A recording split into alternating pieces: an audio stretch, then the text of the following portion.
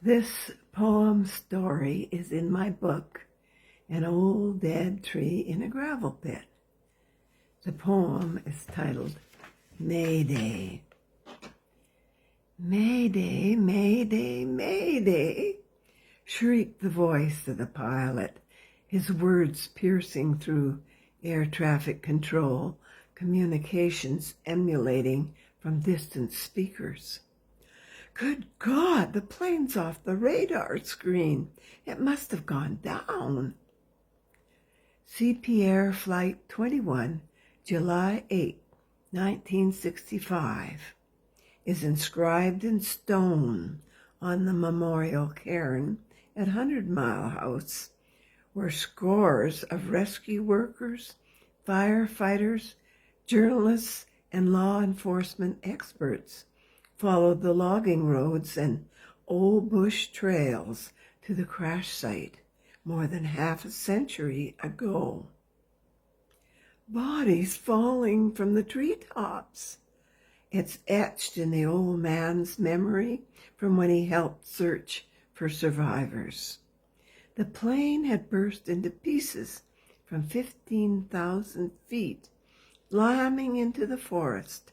Bodies of 52 passengers and crew scattered amongst trees, brush, and debris.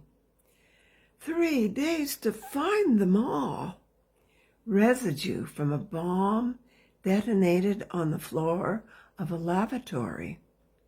No accident, but a deliberate act of murder.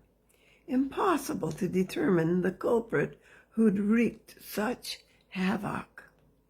Victims from small northern communities such as Burns Lake, Fraser Lake, and Chetwynd, and from as far away as Winnipeg. 4 possible suspects whose loved ones learned their dead relative may have been a murderer. Was it the gambler, the explosives expert, the loner who liked guns, or the angry young man with a pistol in his pack? We may never know.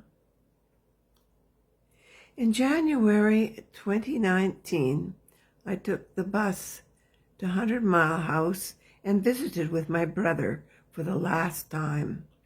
He was in a tiny hospice cabin on the property of one of the motels.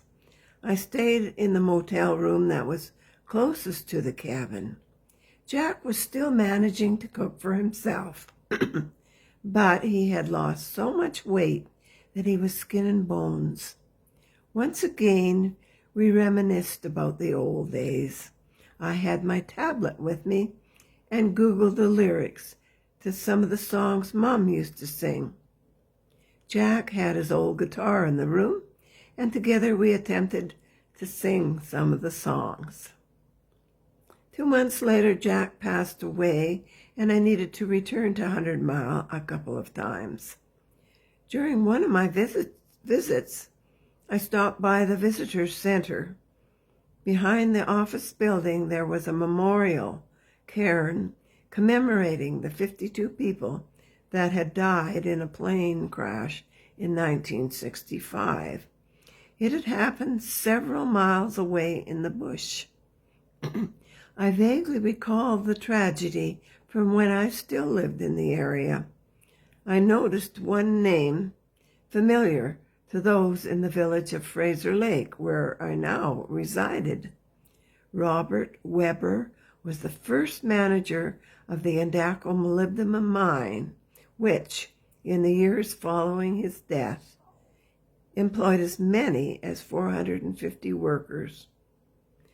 A school gymnasium is named Weber Hall in his honor.